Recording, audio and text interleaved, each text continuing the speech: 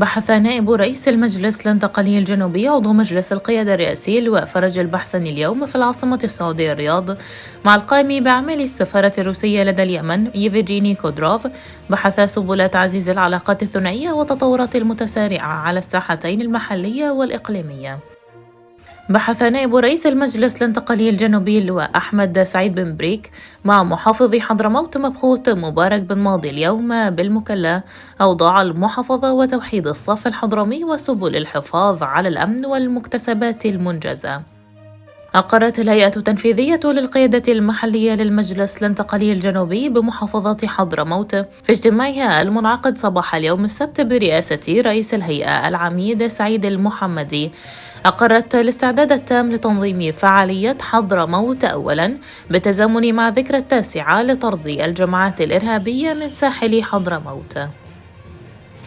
ناقشت الهيئة التنفيذية للقيادة المحلية للمجلس الانتقالي الجنوبي في مديرية تريم بمحافظة حضرموت اليوم السبت خطة الحشد لفعالية حضرموت أولاً، والتي ستقام في 24 من أبريل 2025